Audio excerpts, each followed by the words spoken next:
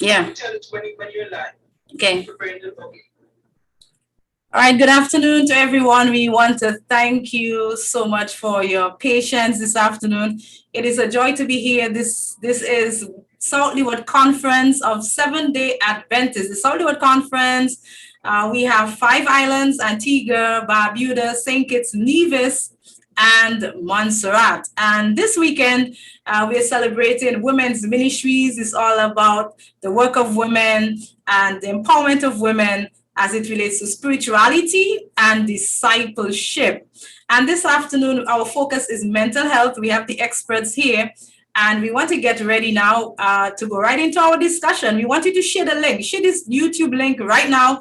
Let somebody know that we are on. We have started the panel discussion, and we're going to pray and go right into our discussion this afternoon. Let's bow heads as we pray. Father, thank you so much for the fact that you love us with an everlasting love. Thank you for who you are. Thank you for this moment where we can share, where we can position individuals to improve in the area of mental health. This afternoon, I pray for your leading and your direction in Jesus' name.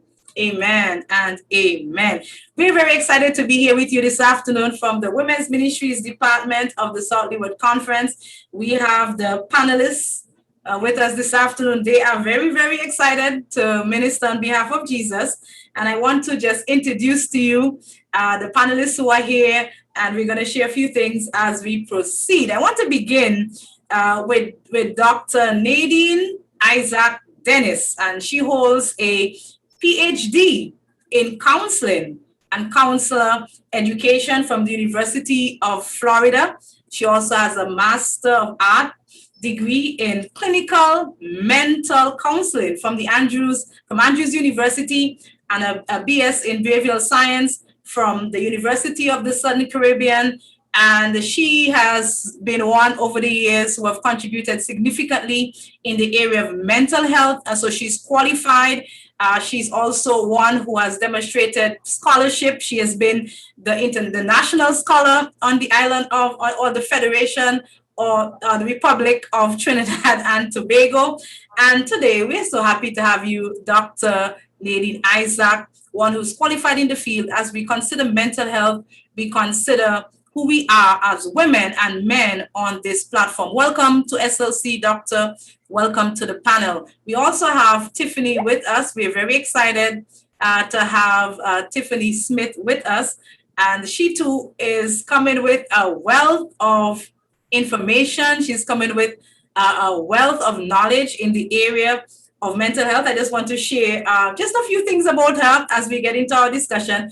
And the sister Tiffany Smith, she works presently at Crossroads, and Crossroads is a center here that on Antigua, which deals with individuals who have addictions and other challenges. And so she works there in the center in the area of admissions, coordinator, conducting assessments, assisting those who have mental issues and substance abuse. And so this is her area. In the area of educational pursuit, she graduated with first-class honors in the area of psychology and literature. And she continued to complete, to further her education, where she looked at counseling and psychotherapy. And so we're just happy to have her here this afternoon with us. We have a third individual with us today. The third individual, she's joining us via phone, and she's all the way from Nevis. But let me share earlier where the two panelists are from. Dr. Isaac is all the way from Trinidad, and she is there in Trinidad right now. Great to have you all the way from there. Tiffany is in Antigua, and we have Kerdis Clarke. She is all the way from the beautiful island of Nevis. It said Nevis is nice, and she too is an expert in the field. She's pursuing a doctoral degree now in psychotherapy, and on the island of Nevis, she continues to serve with the government and positioning individuals for wellness. So at this time, ladies, we're happy to have you. We're happy to be here. Sister Clarke is joining us on phone this afternoon, and we're happy to have her. We want to go right into the discussion this afternoon. I'm going to pose a question to you, Dr. Isaac, Dr. Dennis, and then we go right into the discussion. Let's speak about mental health. What is mental health? And then I want us to answer what is mental health, what is mental illness. So I guess Tiffany can jump in here. I can ask each of your questions. So Dr. Nadine, what is mental health? Tiffany, you will tell us what is a mental illness. And then Sister Clarke, you can mention what are mental disorders. So let's lay a foundation as we define those keywords. Go right ahead, jump in here, Dr. Dennis. All right. Good evening, everyone. So the WHO defines the official definition of mental health would be a state of well-being where an individual realizes his or her abilities, right? And they're able to cope with the normal stresses of life. They can work productively and fruitfully and is able to make a contribution to his or her community. So we understand here that mental health is essentially being able to deal with life just as and if I am to make a comparison to physical health, where when you're physically healthy, you're able to deal with life, you're able to get up in the morning, you're able to function, you're able to work, you're able to do what you have to do. So in terms of mental health, it is that ability to be able to deal and cope with the normal stresses of life, to be able to work productively, to be able to contribute to contribute to your community, to be able to be productive, and so on. And we need to know that it's critical for families, it's critical for communities, and for our societies, for us to be productive, for us to feel safe, for us to engage, and to be fully contributing citizens. So we're talking about mental health, we're talking about, that a feeling of a state of well-being, being able to deal with life, essentially. Now, piggybacking on that, when we speak about mental illness, I like to put things into context or put things on a spectrum. So mental illness, I don't think you can just really categorize it just like that, but it does exist on a spectrum. So when we speak about mental illness, we're looking at ways in which it is infringing upon your ability to function in different areas of your life. So your sense of well-being is off. Maybe it's impacting. I must apologize for that. So maybe it is impacting on your ability to function at work or your relationship with family members, your significant other. All of these are different faculties, different areas in which mental illness can present itself.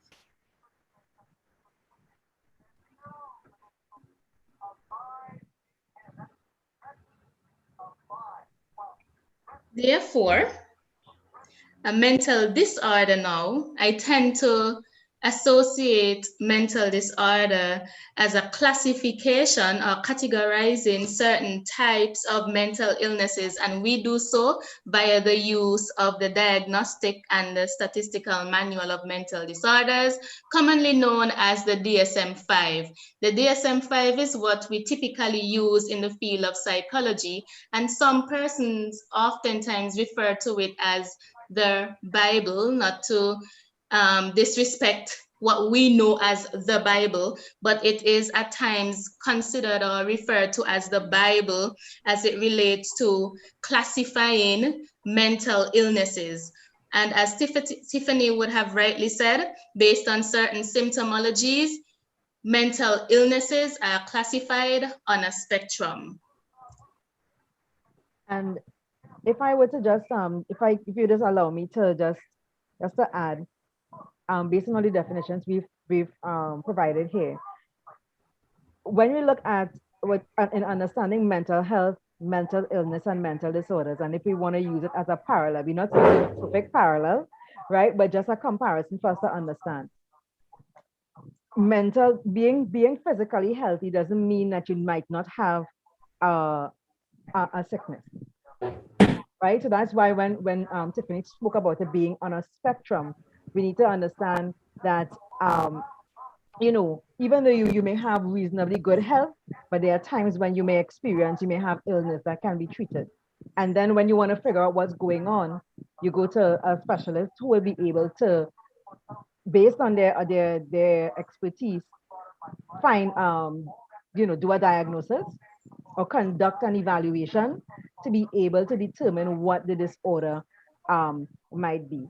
So that's just in bringing all of the things together. And I do think Tiffany and Kerdis could just add to that, just to bring it all together.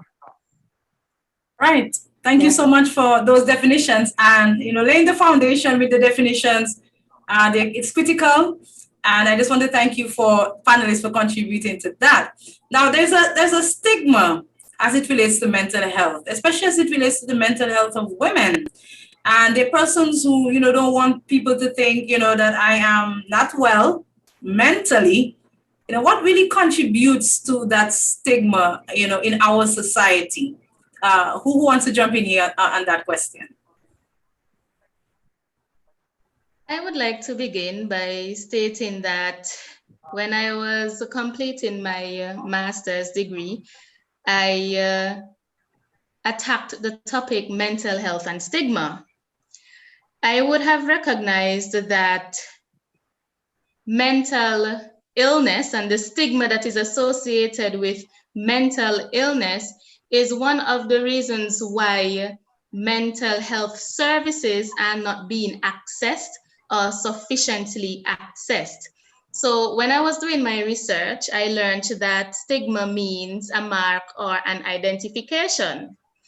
Therefore, historically, persons with certain conditions that reflect what is termed as a mental illness were physically marked, literally marked. They were marked, and therefore this mark would have set them apart from others. It would have allowed for persons who may be considered as normal to recognize those who may be considered as abnormal. And I use these terms very carefully, but just so that we understand what the basis of stigma. So even though now we do not apply a physical mark to persons who are suffering from a mental illness, our attitudes and our perceptions obviously mark these persons with a mental illness. Persons with a mental illness or persons diagnosed with a mental illness are oftentimes considered as crazy. And it means that there would have been certain behaviors that would have been displayed and, given our cultural context, may be considered as abnormal or outside of the norm. So in our minds, persons who are considered crazy are persons who are oftentimes violent, or they may be demonstrating aggressive behaviors.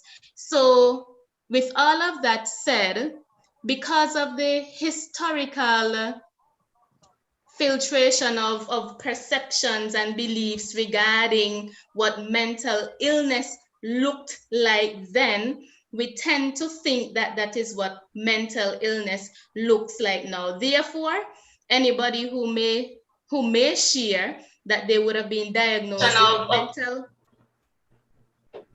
Sorry? Go right ahead. So anybody who might have been diagnosed now with a mental illness, we immediately think, okay, they are crazy, they are paranoid, they tend to have aggressive display aggressive behaviors that are outside of the norm. I think that we are at the stage where, given that we are in the era of enlightenment, or even moving away from that start of the era of enlightenment, and because we are more versed in terms of the field of psychology, it is important for us to understand that there is no shame in being diagnosed with a mental illness. There shouldn't be a stigma that is attached to one being diagnosed with a mental illness. We oftentimes share almost freely that we may be hypertensive or diagnosed with hypertension, and we see no issues where that is concerned. However, when it comes to mental illness, we need to normalize the fact that there are some persons who may not be able to have that ability to rebound as well as others. But it doesn't mean that they are persons who don't have purpose and cannot contribute to our society. And even to do, and in the context of our spiritual realm, to do God's work. All right, thank you very much. That was very comprehensive. Can Dr. Nadine or Tiffany, can you just, jump in here? We're looking at what creates this stigma that persons say, I don't want anyone to think that I have some kind of mental issue. Yes. Unmute first, Dr. Dennis. All right. Well, I think Tiffany, that was excellent. That was a really, really great overview. I think we tend to want to push aside and not deal with things that make us feel uncomfortable. So where we think about stigma, it's those persons who are marginalized, and when we think we usually associate it with something that is wrong. So we don't want to be categorized as that. We don't want to be associated with that. And so then there are also harmful attitudes, negative and harmful attitudes towards these differences or vulnerabilities. We don't want to seem less than or associated with that. And so this creates a barrier, right? Because they lead to shame, they lead to anger, feelings of worthlessness, and those who need help, who really need help. And the thing about stigma is that it creates a barrier between us and getting help, in seeking out the help that we can get. So for example, you have a simple cut, you have a particular issue on your foot and you have diabetes. If you don't deal with that soon enough, you could lose a whole foot. Yes. However, when we have issues, there are some issues that we have in terms of mental health, as we continue to understand and explore it today, that we sometimes leave to fester, and it grows and it becomes so overwhelming that you end up in a state where you are unable to function with your normal life. And what we are trying to share this evening is to normalize and help people to understand and listen. This mental health exists on a spectrum, and we need to understand, even as good Christians, experience ill health physically, all right? A vegetarian and vegan lifestyle, as we would have discovered, does not necessarily protect us from illnesses. Unfortunately, it does not.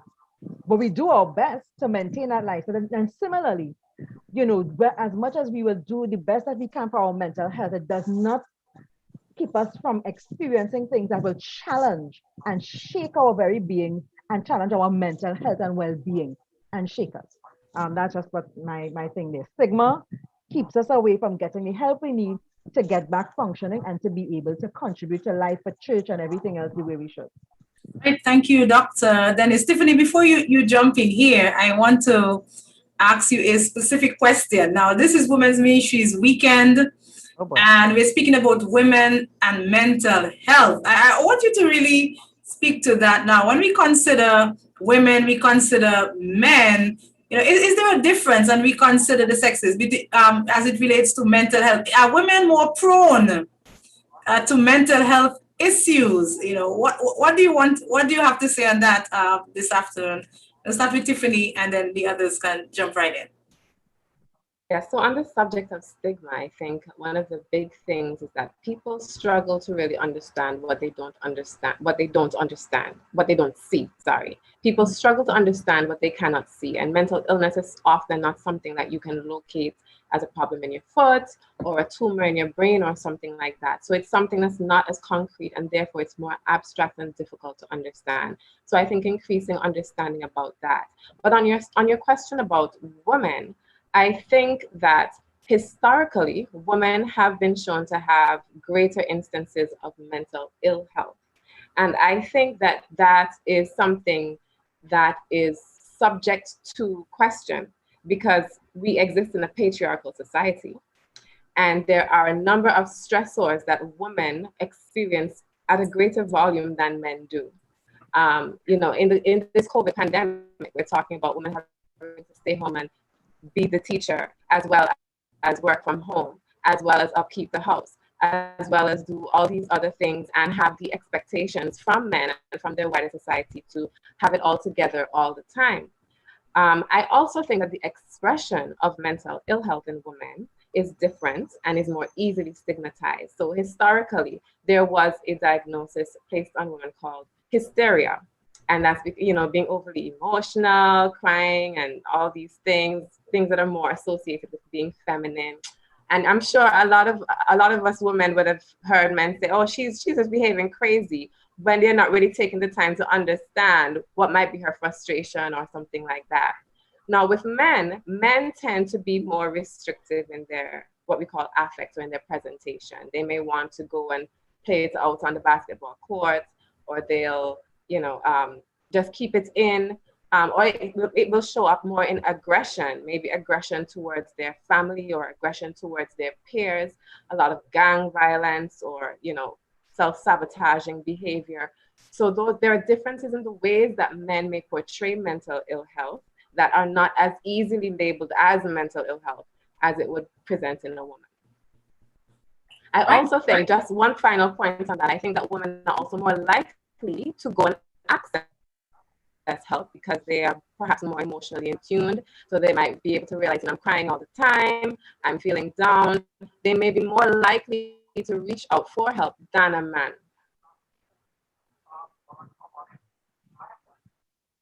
Yeah, so anyone else can jump in on that. Right. Go ahead, Doctor, and then Kerdis. All right. So in terms of you know, women and mental health, it's important to note as well that there are certain types of disorders or issues that are unique to us because of our hormone changes. So there's perinatal depression. There are things like premenstrual dysphoric disorder or perimenopause related depression, things that are related to our cycle, our hormone balance, all right, that are unique to us. So women, so for example, there's a particular time of the month that some women may experience a change in their mood, and or some of the persons around them may notice there's a change in their mood, and or we're talking about sometimes postpartum depression, and issues related to depression, related to pregnancy, all right, having a child, and so on. And some of those things that are unique to the experience of a woman, all right, there are some things that are just unique, and women may experience symptoms of mental disorders or mental challenges for those particular experiences that are unique to women. And as we deal with stigma, and then I think awareness of some of these things helps in being able to deal with it, so that you're able to manage when those issues arise, and so you could know how to be able to deal with it. And it's not just, well, she just so emotional, and she just hyper, she just crazy, or whatnot. We understand what this phenomenon is. So there are some things that are unique to women, especially because of that unique experience of being a woman, and some of the things that are related to our cycle. Mm-hmm.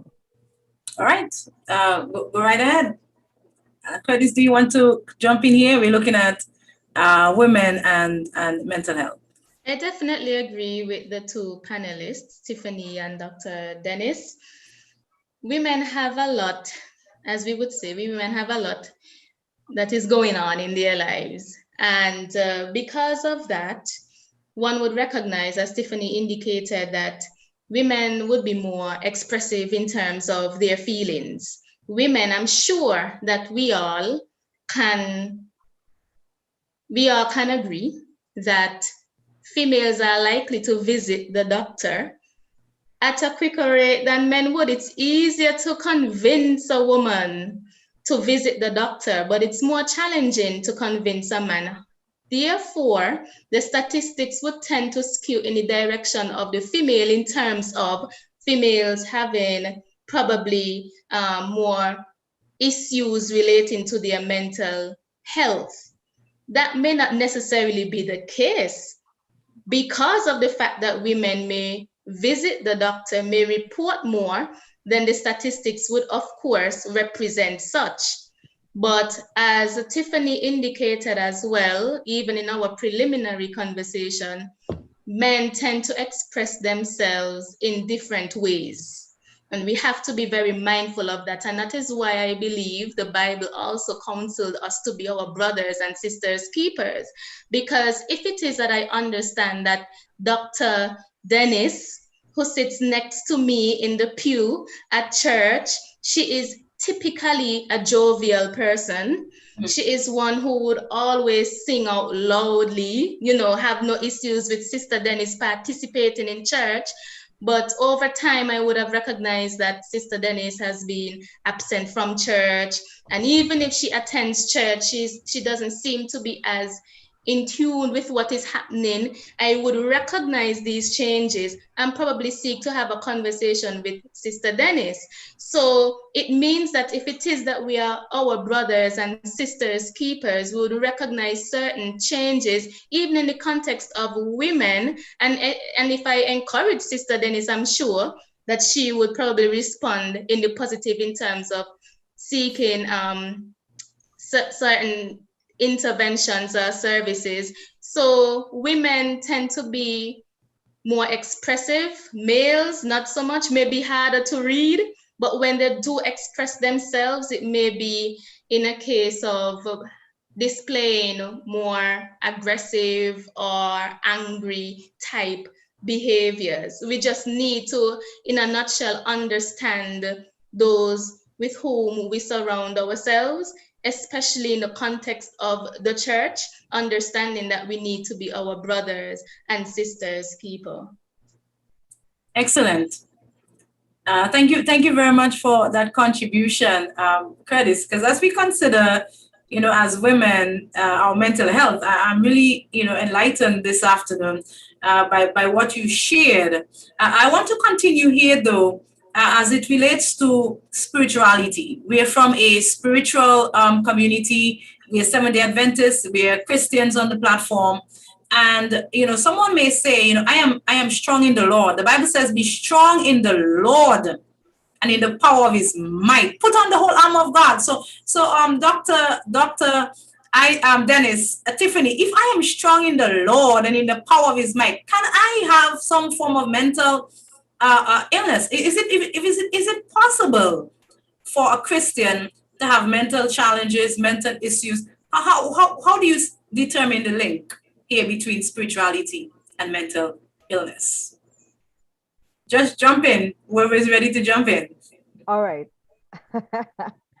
All right. So in terms of the connection, we're looking at the connection between spirituality and mental health. I just wanted to just attack back at the previous question real quick. Yes. In terms of looking at how we socialize our men, I want to note that a lot of times the way we socialize our men and boys, we don't allow for them to, it's taboo for them to express the emotions that are usually related to females. So many times, women, we are able to, we engage in more health-seeking behaviors, we socialize, we look for social support, but then men are limited in the range of emotion that they express because of the way society views it and accepts it. So just a little quick thing on that. Excellent. The connection between spirituality and mental health. We need to understand that first of all, that spirituality is a wonderful buffer. There are numerous studies that show that religion and spirituality being part of a religious community and being engaged in spiritual activity, being spiritual, connecting with God, with our higher power, being part of this great wonderful plan of salvation and all of that. It gives us hope, it builds faith, it helps as a good way of managing stress. However, there are, in terms of dealing with mental health issues, you can be a Christian and experience mental health challenges. Let's just say that first of all right? So if it is you're a Christian, and you feel out of balance. You feel as though, you are trying to have faith and you are going along your path. You're studying your quarterly. You're going to Wednesday night prayer meeting. You're engaged in service, but you may be feeling something off, or something maybe off with you, and you feel as though you're not yourself. You're not able to engage the way you used to, and so on. That can happen. Similarly, as I come back to making the link with physical health and physical illness, having physical health doesn't mean that sometimes you won't get the flu. Doesn't mean that sometimes you won't experience illness. And for some of us, we have some persons have chronic illnesses that they manage for a lifetime, yet they're still able to live and engage in life.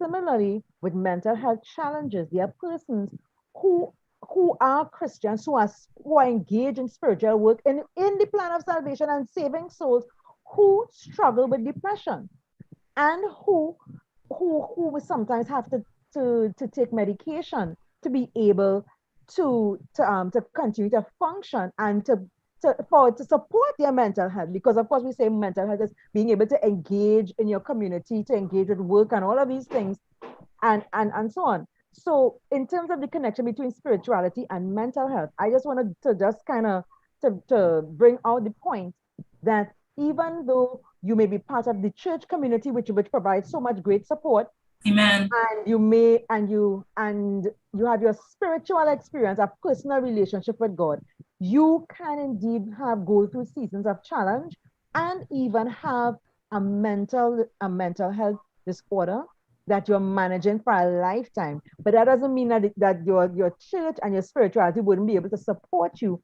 yes. But you need to understand that you will also you can avail yourself of the support of a mental health professional and some of the preventive things, interventions to get the help that you need. So I think I'll stop right there and let my panelists, Jumping right here, Tiffany, as a Seventh-day Adventist, we're still speaking here about spirituality and mental health. Excellent contribution, Dr. Dennis. Go right ahead, Tiffany. Yeah, so I totally agree with Dr. Dennis, of course. And I think that persons struggling with mental health is even evident in our Bible. We hear of King Saul and him dealing with the malice that he had in his heart towards David. We see of David's mourning, the Psalms as he's experiencing this distress and this great burden, and his countenance is changing. We see so many persons in the Bible, Job, who has struggled with all these challenges that he's experienced, and that has taken a toll on him. And so first of all, we need to normalize that these are normal reactions to abnormal circumstances. Many of us experience great traumas in life, and it is not that you're losing because you're struggling because of what has happened to you. So that is something that I think is really important for persons to recognize and to see the Bible as something that is relatable even to those who are struggling with something like this. And it doesn't mean that Job or King David or any of those other persons that we can draw reference from had any less of a spiritual connection with God. We saw them coming to God and speaking with God and seeking counsel from persons around them to help them to get past or to manage their struggle as much as possible. So that's something that I really want to put out there. But also on the subject of spirituality and mental health, I think that a lot of times persons tend to use spirituality in a negative way. So they tend to use spirituality to hide any issues that they may be having, not addressing those issues just because, I am saved and sanctified, I'm super saved. And so when they go home and they are being mean, being abusive, being, malicious at the workplace, etc., there are other things going on that they are not addressing, but they are using spirituality as a front. And I think that's a reality that we also have to talk about on the church level. Excellent. So excellent. Yes, go right ahead, Kerdis. Go right ahead. I agree with both of you wholeheartedly. And I would like to share that where my spiritual connection with God is concerned, it oftentimes gives me hope in a brighter day. It oftentimes promotes peace, inner peace, peace not only with yourself, but with others, because those are also characteristics of being in sound health, mental health. So it oftentimes, spirituality or even religion promotes forgiveness or can promote forgiveness. And I can tell you that, and I'm sure the other two panelists would agree with me, that an unforgiving heart can lead to or result in a mental illness. And we have to be very, very careful with the instructions that God would have given us in his word, even as it relates to our engagement one with the other on the front of forgiveness. So that would be my contribution in that regard. Also, I love nature. I really, really love nature. And sometimes I take my sessions out in the natural environment because it's very therapeutic. We need to utilize the resources that God would have given us to understand that, non-pharmaceutical measures or methods can be used to keep us grounded in terms of our mental health and to also cope with certain challenges. So I love that aspect about spirituality and mental health and making those connections. Something that Tiffany said as it relates to one concealing their challenges.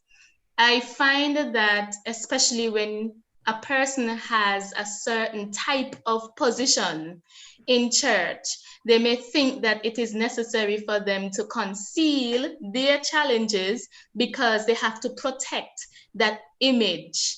I don't want, as the pastor, for them to think that I am weak, right?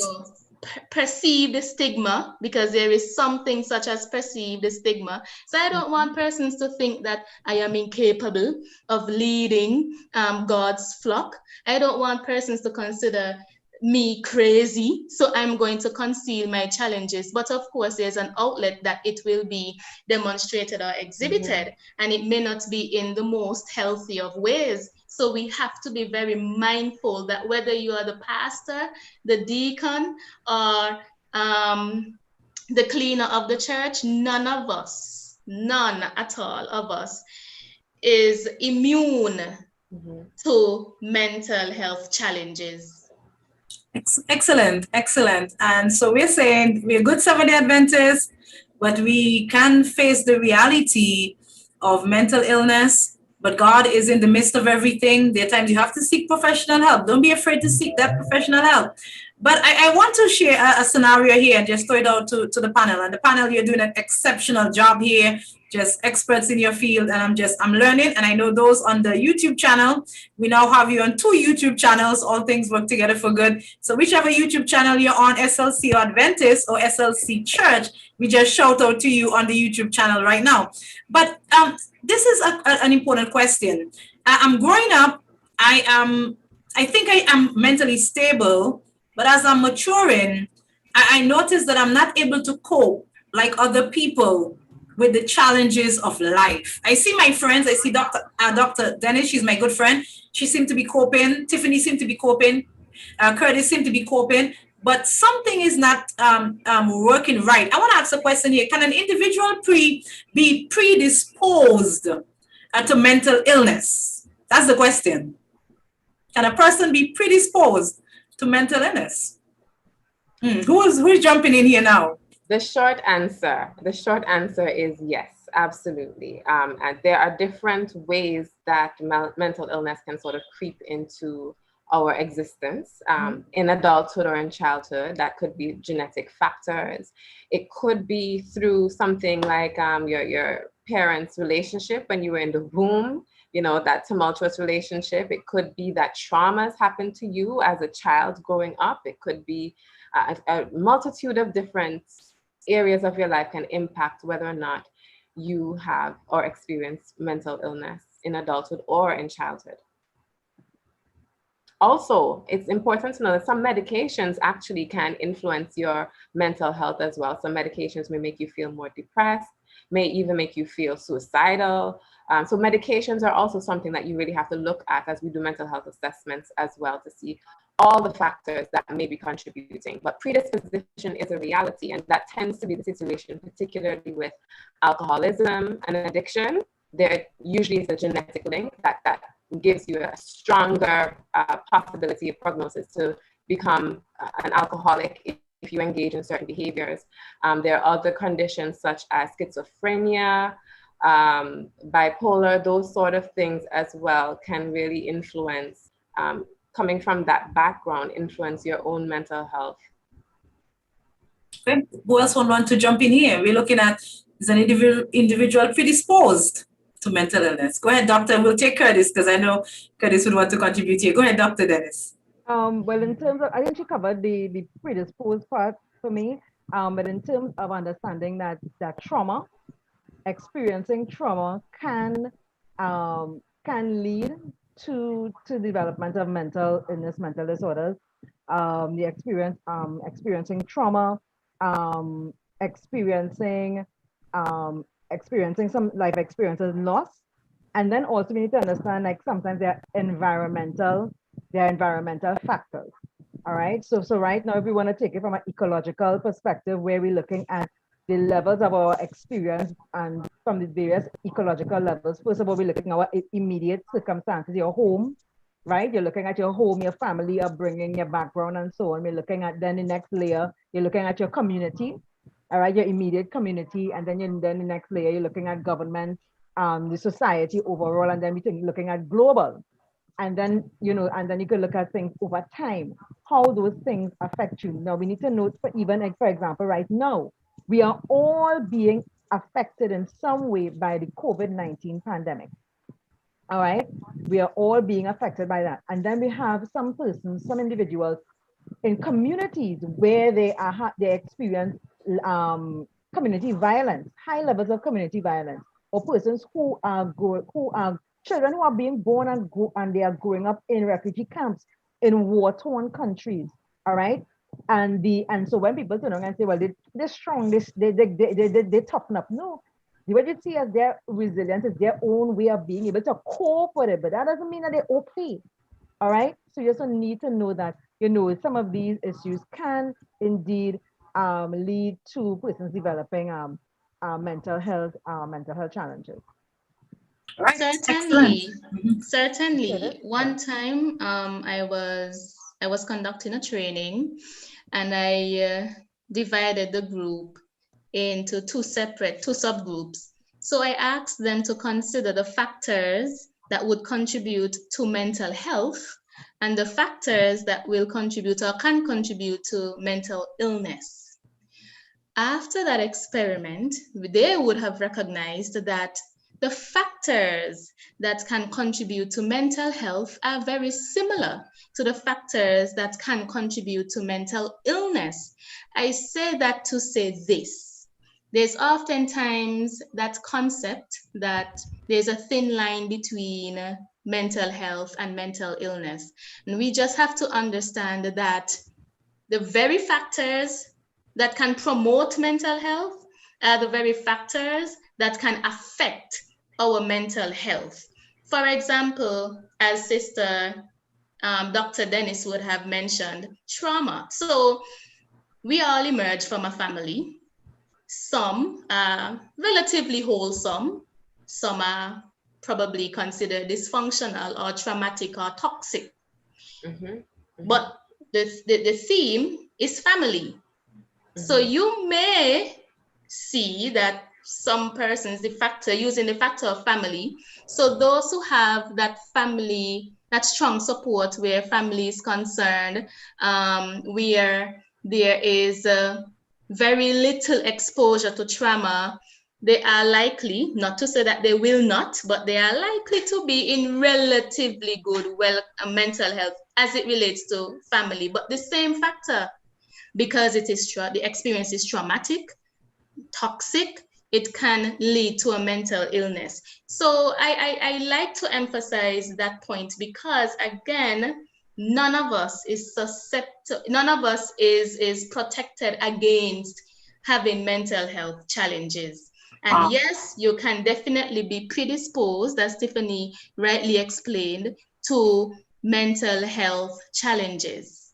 That is why when we are considering, I like to say to my friends, when they are considering even a partner to start a family, perhaps, it is important to consider family history, because the family history would help to identify certain risks or factors that would lead to certain illnesses.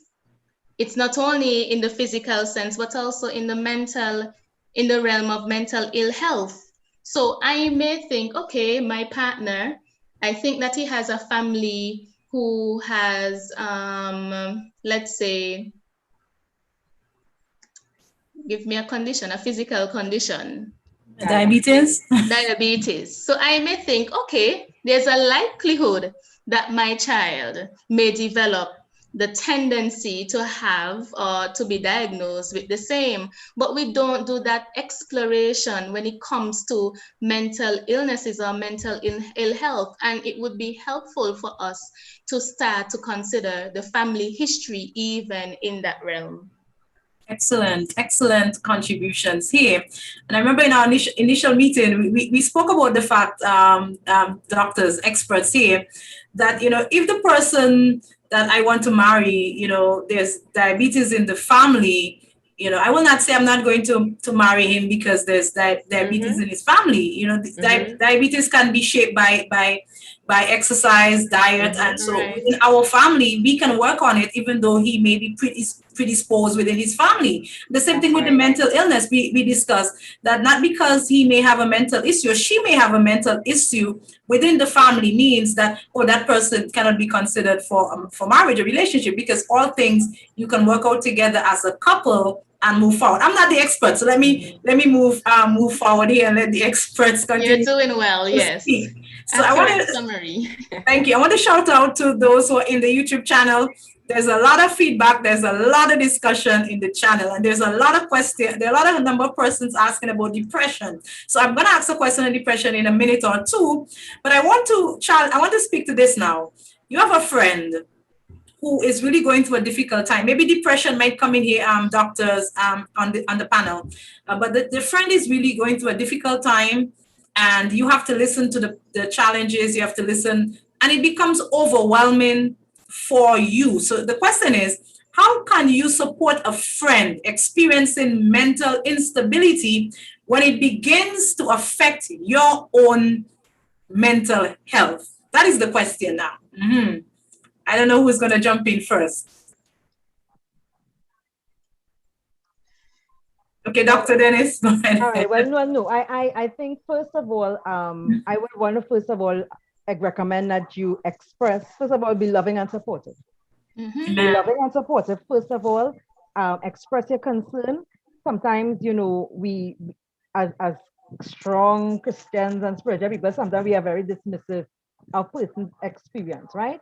And then you're like, you get you may be trying to support someone, but then you yourself realize that you don't have what it takes to be able to carry them, to be able to really help them with their problem. And so sometimes in dealing with that, we might be a little aggressive and make things a little worse. They're like, oh gosh, pray about it. You're not praying enough. All right. So we need to be able to be patient, be non-judgmental, express your concern. Or if you notice something, you say, I noticed that you haven't been yourself lately. I'm concerned when I hear you saying things like this and that. Maybe you need to talk to somebody. Listen without judgment. All right. And ask how you can help them. All right. However, if you come to that point, and also validate how they're feeling. So don't just turn around and dismiss what they're feeling. You may not understand why, you may not, for you, you may not see their challenge or their problem as a big issue, because maybe you have the resources to deal with it. But they at that point in time, they don't feel as though they have the resources to deal with their situation or whatever they're facing. So you want to validate and listen. You acknowledge that, listen, what you are dealing with, what you're feeling is real, it's valid. And even if you don't understand or identify with it. You want to ensure that you that if you realize that you're not able to support them, all right, and this is beyond you, seek help. All right.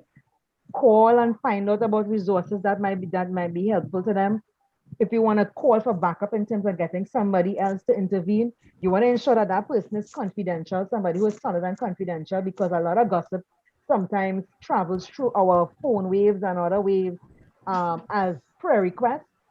So we need to be more responsible, and then sometimes it unfortunately creates even more harm. I've seen it where these things become even a greater way. So this person is in need, and all of a sudden their need becomes an issue, and it just just compounds the issue. So you want to be able to provide that support, check up on them, continue to check up on them, but ensure that you take care of your mental health, because sometimes when you realize that you're getting snappy, or you want to be like, oh gosh, you're still dealing with this, you're still talking about this or whatever, it might be because you just feel that you're up to here with dealing with it and you just aren't able to deal with it, and you're now blowing them off. So before you get to that point, be aware, listen, understand your boundaries and where your limits might be, and say, listen, I want you to understand that what you're feeling is genuine and whatnot, but you may need to get some more additional help. And getting professional help doesn't mean that you're less of anybody else. It's just that you're important to me, and I want to see you get better and get through this. And you have my support. I'm praying you through it, but you need to get some backup. All right. So that's excellent. Tiffany, you want to jump in here? Excellent contributions. Yeah, I think that as a culture, I think it's really important for us to emphasize being introspective as people, recognizing our limitations, recognizing our emotions and reactions to situations, and really being able to step into somebody else's shoes. I think that's really important as we respond and as we deal with persons around us. And so, my advice to friends would be, make sure, and to families as well. I think it's important that families also recognize and do introspection on how their system might be broken and how they may be impacting the person negatively or in a helpful way. And just as Dr. Dennis said, if there are limitations in how you can help the individual, then it's important for you to either seek help for yourself for how you can help the individual, or refer that individual to get help if they're willing. Wow. Kerdis, do you want to jump in here? We're looking at that friend, and how do you help? How do you reach out as we move forward? I certainly agree with Dr. Dennis and Tiffany in terms of their commentary on the topic, as they would have, and just summarizing, as they would have indicated, in as much as how you would like to assist your friend, and you should assist your friend, in assisting, you should also be mindful of your state of well-being.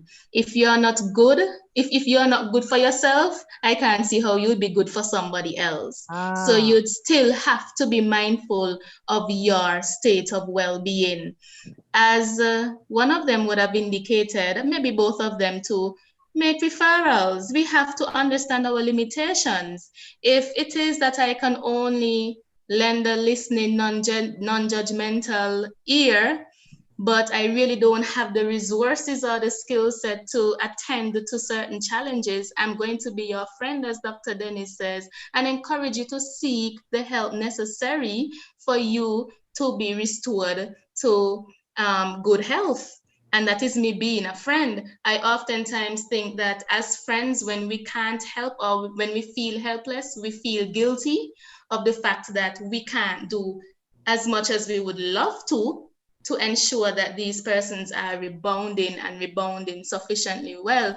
But there's nothing to feel guilty about, because you know your limitations. And once it is that you have a supportive system of communication, I am hopeful that that friend would also understand.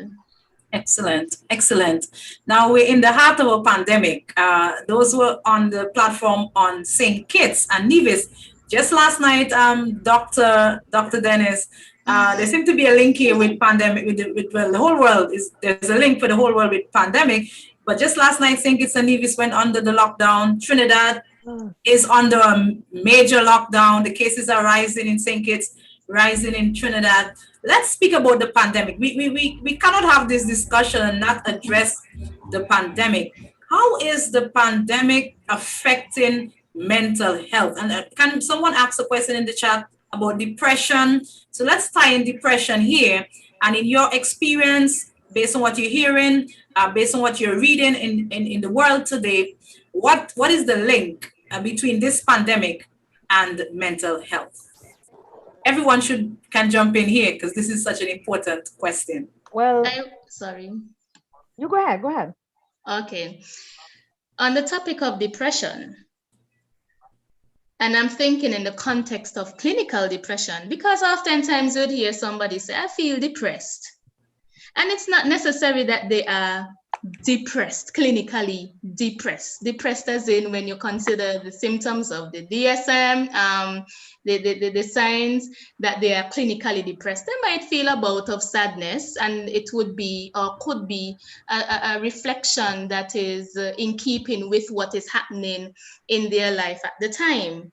I like to start by saying to some people, based on their experiences and what they may share, that there's really a difference between feeling sad and clinical depression as we know it. It helps because to clarify these two terms, because immediately I feel depressed, okay, it's a mental illness, so you're already down the road of fear, of uncertainty of how I'm going to cope with this, when all you're feeling is about of sadness. So there is a difference between sadness and clinical depression. So I would like to begin there. According to the DSM, and of course we have to use the DSM as our guide, there are certain symptoms that we consider if we are to indicate that someone is possibly can be diagnosed with depression. There are certain symptoms such as sleep difficulties or changes in sleep. Now, I say changes in sleep because if you're a type of person who may usually get on average 6 hours of sleep on average, I can't say to you that because you would have gotten 10 hours of rest that is not a sign to consider, because it is a change from what you may consider as your norm. So it's always considering the norm and the deviation from what might be the norm. So an average of 6 hours rest for someone, that may be good for them. But if they say, I've been sleeping for 10 hours for quite some time, 10 and upwards, that is cause for attention. But it's not a case where we may say, okay, the more rest, then you're supposed to be good. It's just a cause for attention because it's not what is considered as their norm. We also consider changes in appetite or changes or weight loss or weight gain, as well as the ability to concentrate, probably poor concentration. Another is fatigue, agitation, thoughts of suicide, feeling low in mood, not wanting to associate yourselves with your social connections. So you've lost interest in the things that you were once interested in, feeling worthless, and feeling a sense of guilt. So we are saying that these are some of the signs of depression, and I tend to use the mnemonic sad faces if I'm trying to do a quick screening of a person who may be displaying signs of clinical depression. But according to the DSM, 5 or more of those symptoms must be present during the same 2-week period. And that is why, again, you isolate the thinking that I am depressed when it's just 2 days ago or 1 day ago, you might have been confronted with a challenge. And so obviously in an emotional response to that, you're feeling sad. Check in with that person maybe a few days later and they have rebounded. Would we immediately consider that person as clinically depressed? Probably not. But like I said, it is important for us in terms of the realm of psychoeducation for persons to understand that there's a difference between sadness and depression. Mm. Given the Right. fact that we are in this pandemic, and as you would have rightly indicated, there would have been some changes as it relates to our ability to move and conduct business, as most territories around the world at some point in time would have experienced. Dr. Dennis, if I'm understanding correctly, she's experiencing a lockdown currently. Yes. Yes, state of emergency, yeah. Okay, and Tiffany, are you on lockdown in any way? No, I wouldn't say so. No lockdown in Antigua right now. Okay, so COVID-19 is definitely affecting all of us in varying ways and degrees. In some way, shape, or form, we are all affected by COVID. Some people may experience a sense of hopelessness, a sense of helplessness, a sense of fear. When will this thing end? You know, you may seem to have questions surrounding the future. So the feeling of uncertainty, I don't even know what is going to happen next year, because we are already a year in and things don't seem to be improving. Mm-hmm. There's also the stress of unemployment for those who are unemployed. And for those who are employed, maybe they would have experienced a cut in terms of their wages or salaries or in their hours that would be reflected in their remuneration. And it's just even the case of trying to stay COVID-free. That too can create some issues as it relates to affecting one's mental health. Mhm. I have to also say that as it relates to women, there may be, and for males too, underlying conditions that would cause one to be very fearful of the future. Oh my, I have to stay COVID free because I know I have these underlying conditions that Yes. place me in the vulnerable population. And it's just the stress of wanting to remain healthy that can lead to some mental challenges. For women, you would have recognized that, and of course, we are bringing it back into the context of, you know, it being Women's Ministries Weekend. So women are usually, there's an added pressure because the women tend to be, if we were to consider single parent families within our context, they're probably more so headed by women Yes. than men. So there's that added pressure because of the fact that they are single parent, having to manage a home filled with children or a child. 1 minute the child is in physical classroom, another minute it is virtual learning. The online learning platform may prove to be a challenge for you. Then who is going to monitor the child? Still, you may have to consider work and navigating all of these variables. In addition to that, we would recognize that women are at the forefront where the healthcare system is concerned. And so even the fact that they are at the forefront and being more likely to be exposed to the virus can create added pressure that Yes. can lead to some mental health challenges. It's important, therefore, for women, especially those two, there is that exposure to domestic violence. That is something that is real, and I would have noticed that DV cases seem to be on an uptick, especially since we have moved into this COVID-19 lockdown. And we, as in terms of our regional context, DV cases seem to be on the rise, and more so violence against women. So all of these pressures and stressors can affect a woman's mental health. Therefore, it is important for us, as well as the church, to offer the necessary assistance to women and people in general who would be affected by this COVID pandemic. I said to my family, sorry? Right, go right ahead. Oh, I said to my family members quite often that the media has a huge role to play in this. And, during this COVID pandemic, I'm sure each of you would have experienced the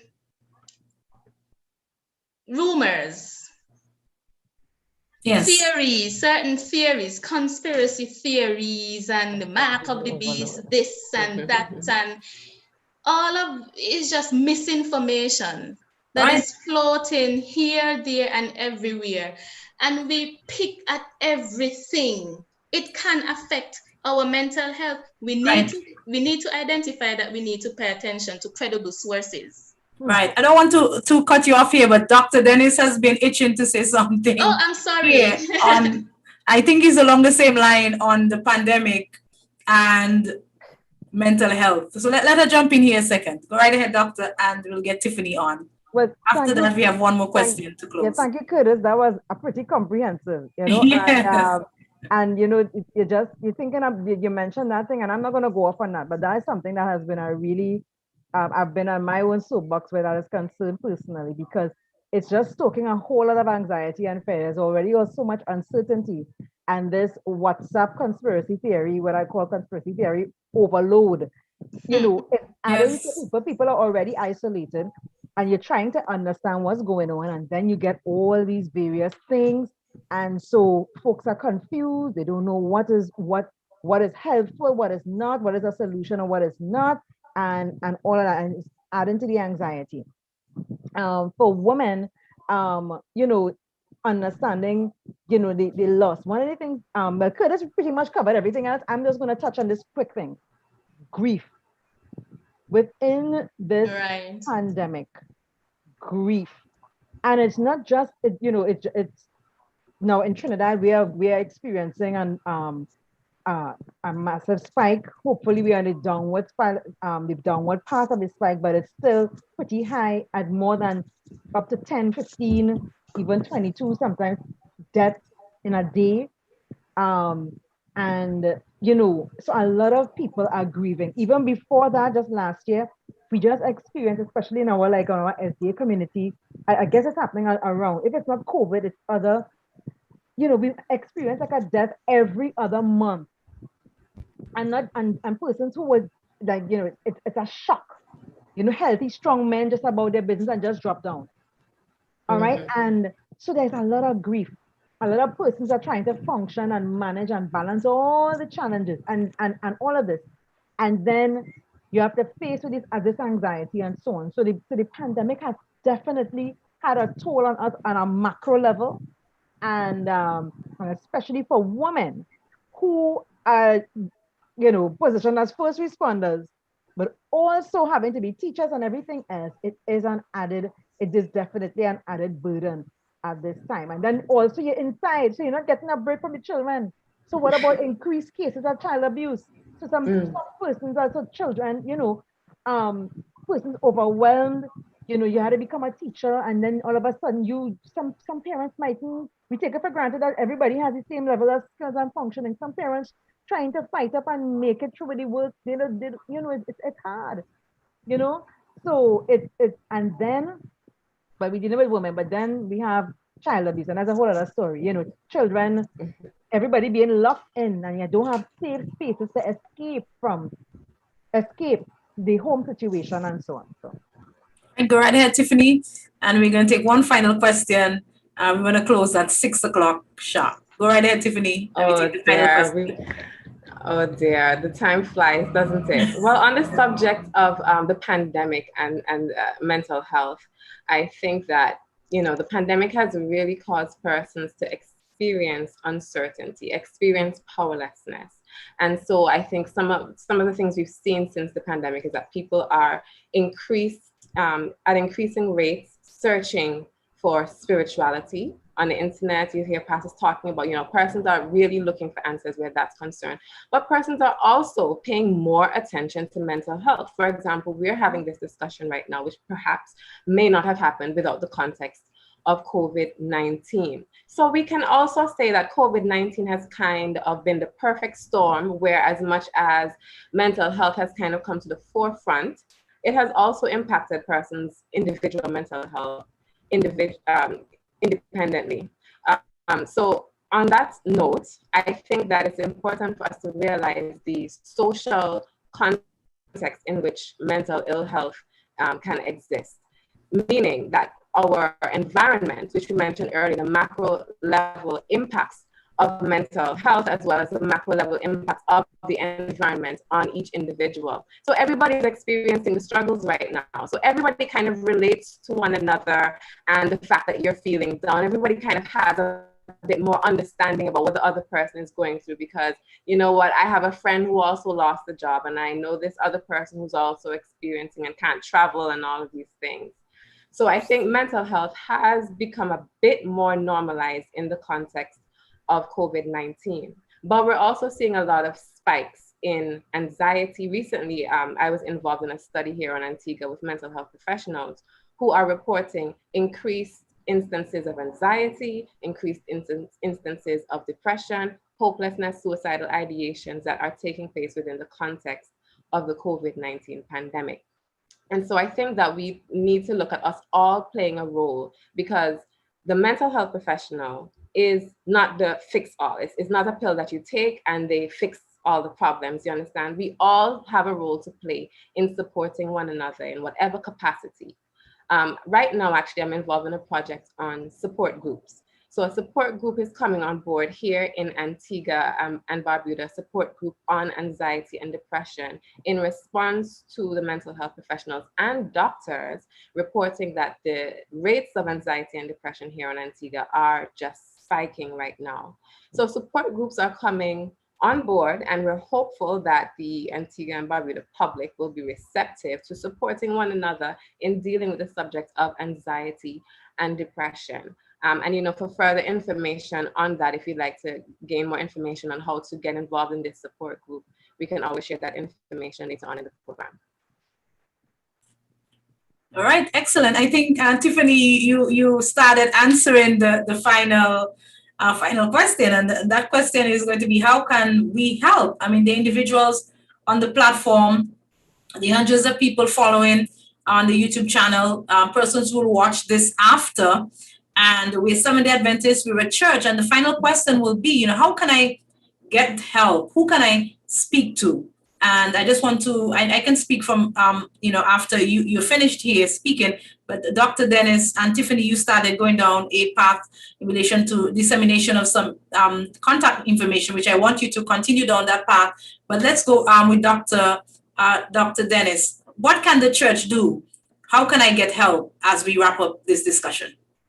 First of all, I think that the church should do things like more of this, more educational sessions like these, to help persons to understand and demystify mental health and mental illness. Yes. So that we can be able to let folks know that, listen, you're not alone and isolated in your issue and your struggle. You can reach out. All right. Also, we can do more to be loving, supportive, and non-judgmental and confidential. All right. The judgmental attitudes are they link to the stigma, and they create barriers. And so persons who really need the help, they suffer in silence, and they don't reach out and get the support that they do need. I think the church should, as a church, we should be able to allow for more training.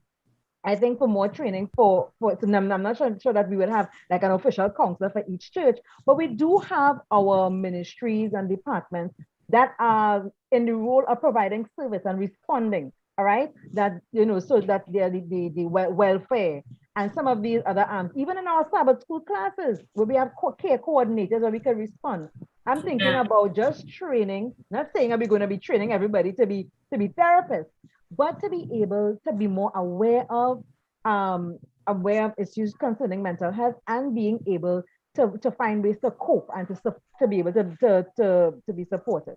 And I just offer, in closing, you know, they could also train persons in personnel in providing psychological first aid, and just this quick intervention, the room of time process, just being able to recognize and understand self-awareness. Let's all be aware of ourselves, take note of what's going on within yourself, what you're feeling, how you're coping, and so on. Be honest about it. What are your thoughts? What are your interactions? What's your mindset like? What are your emotions? What are you feeling? Be aware of that. If it is you feel as though you're out of balance, find ways to manage it. Reach out for help. Seek to find positive ways to express and engage in, healthy activities, and also reflect on your experience and see how it is you can be able to get the support that you need. But in terms of being our church, let's be loving and supportive, brothers and sisters. Let's not judge. We are going through this thing together, and we need each other now more than ever. Over to my wonderful panelists. Excellent. Go right ahead, Tiffany.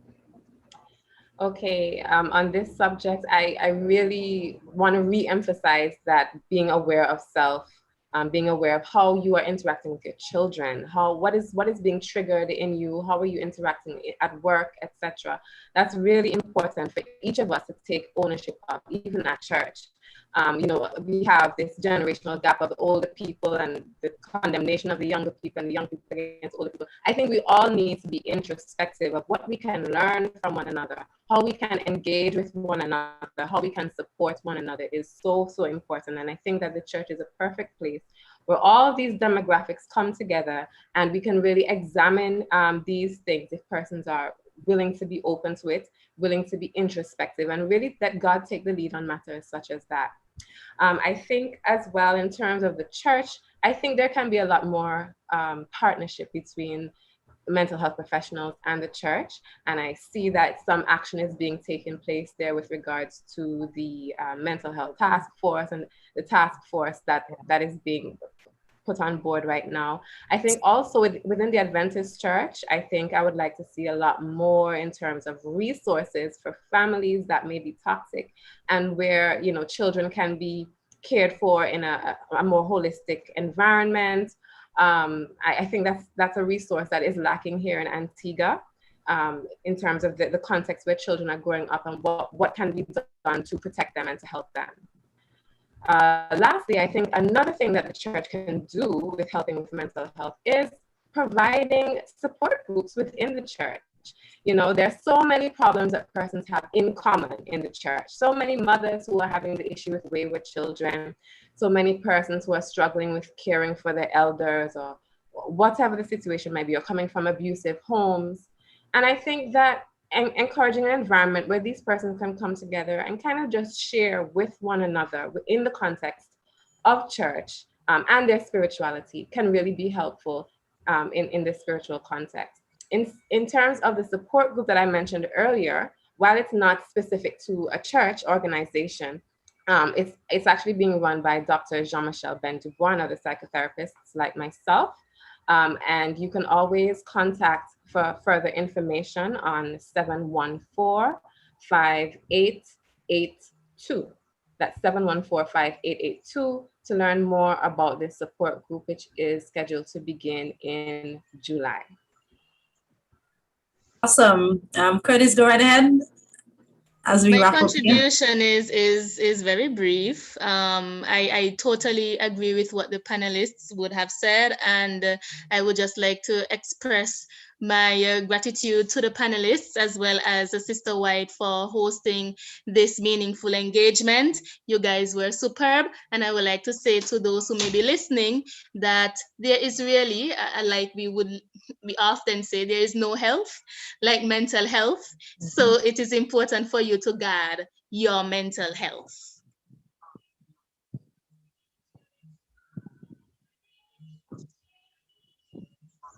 Fix on the back. Yes, thank you so much. From the Seventh-day Adventist Church, I want to plug in as we wrap up. I'll thank the panelists, but I want to wrap up here by indicating from the Adventist Church. And as you're saying, there's so much more we can do. We're putting together the task force. And in addition to that, there are a number of individuals like our panelists today who are Seventh-day Adventists, but they are specialists in the area. I said to them in the initial meeting that after the session, people will try to reach out to you and I will refer them to you. And so if you're going through a challenge, you need someone to speak to, call the nearest Seventh-day Adventist church, call the nearest Seventh-day Adventist pastor. The pastors are able to refer you to individuals, especially if, as we assess it, we realize it's beyond our capabilities as spiritual leaders. We're able to allow you to get that level of help. And if you're in Antigua and you're listening to this, I would say to you, just call us. Call us at 1268-462-6067. You can call me 268-723-6099, and we're able to assist you in whatever way that we can. And it was a privilege to have this discussion this afternoon. It was a privilege to have this dialogue as we consider mental health. I want to thank the panelists, Dr. Isaac Dennis, for your tremendous contribution. Tiffany Smith, thank you so much. Kerdis Clarke, thank you so much. Many of you might realize Kerdis did not have her camera on. She's not feeling well physically. She was at the hospital earlier today. Not letting out your business, Kerdis, but we're just playing the context as we close. But though she is, we can say, on her bed of affliction, she is here on the panel. That's how committed she is to mental health. And we just want to thank you for being with us this evening. May God bless you. Call us if you need any assistance. And we know that God is able in every difficult situation. The Bible says this poor man cried, and the Lord heard him and delivered him from all his fears. May the Lord hear you when you call. May the Lord catch you when you fall in difficulty. God bless. Have a wonderful evening. Goodbye.